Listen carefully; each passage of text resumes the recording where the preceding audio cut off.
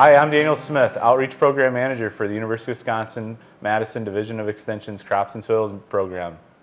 Hi folks, Rodrigo Extension Weed Scientist at the University of Wisconsin-Madison.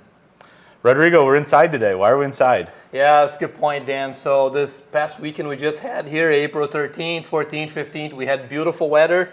We saw a lot of action out in the field, but then we got cold and wet again, and that's why we're doing this video inside, Dan. So it's raining a little bit today. We've seen a lot of cover crop growth this spring. We've seen a lot of winter annual and perennial weed growth this spring as well. Phenomenal growing season, off to a good start. We're pretty early. It's still a little bit dry in parts.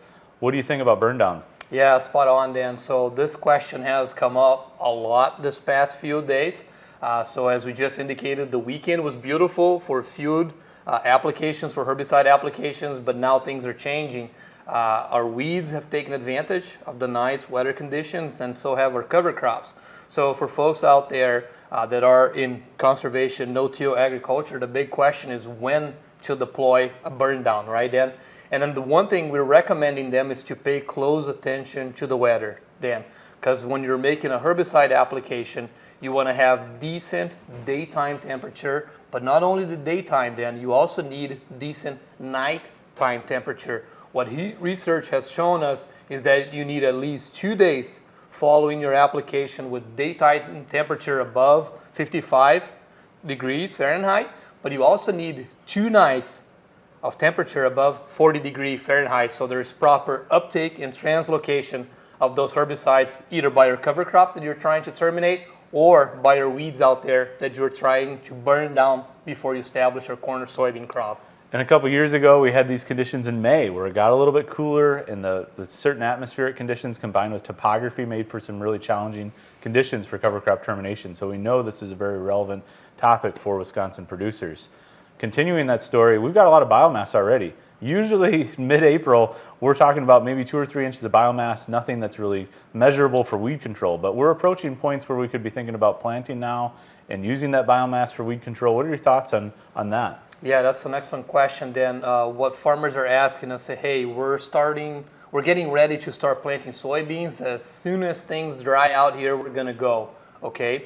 Then the biggest question is, okay, we have good amount of biomass because this has been a mild winter, but they don't have enough for their goals, which is weed suppression.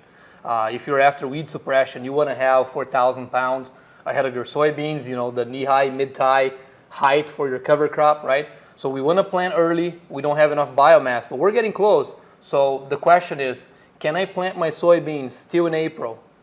And then can I delay my cereal rye cover crop termination? And the answer to that is yes, Dan.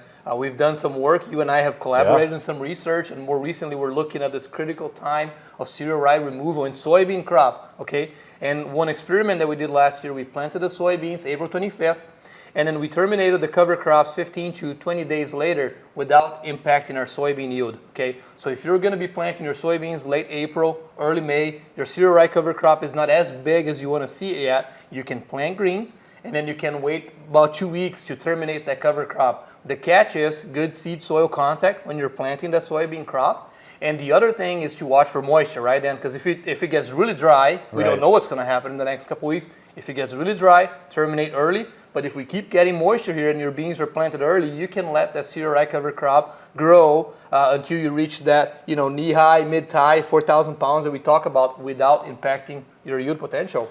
That's for soybeans. Separate considerations for corn. There's still areas of the state that are still too dry to be really too focused on pushing that system to extreme, but soybeans we've had some really good luck with. Absolutely right, Dan. So I would definitely do that for soybeans. For corn, I don't think I would do that. If I'm planting my corn crop, let's say early May, right, Dan, our ideal window here, by the time I'm planting my corn crop, I want to be terminating that cereal rye at that point or shortly after.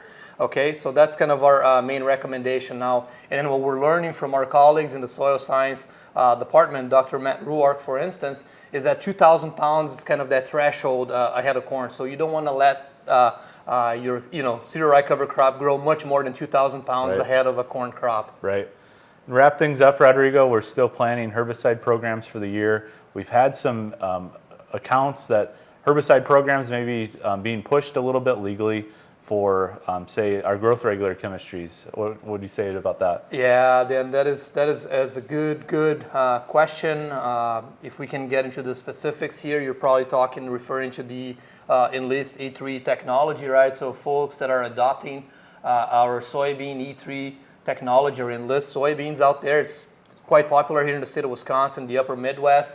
One thing that we want to remind our clientele out there is that the two herbicides that are labeled, the two 2,4-D based herbicides that are labeled for post-emergence application in Enlist soybeans will be Enlist 1, which is 2,4-D choline by itself, or Enlist Duo, which is 2,4-D choline plus glyphosate is a mixture. Okay, so we highly encourage folks out there not to be using other versions of 2,4-D, or primarily, we're talking about the amine or the ester formulations. That would be an illegal application of 2,4-D on our Enlist soybeans. So we just want to remind folks, if you're adopting the Enlist technology, you want to be using 2,4-D as part of your post-emergence weed control program, you can be using Enlist 1 or Enlist Duo. And those are the two 2,4-D options that you have for the system. Covered a lot today, Rodrigo. You've got an excellent blog, an excellent website. We'll go ahead and link to that below the video. And if anyone at home wants to follow up, we'll have a list of resources in the content page on their YouTube.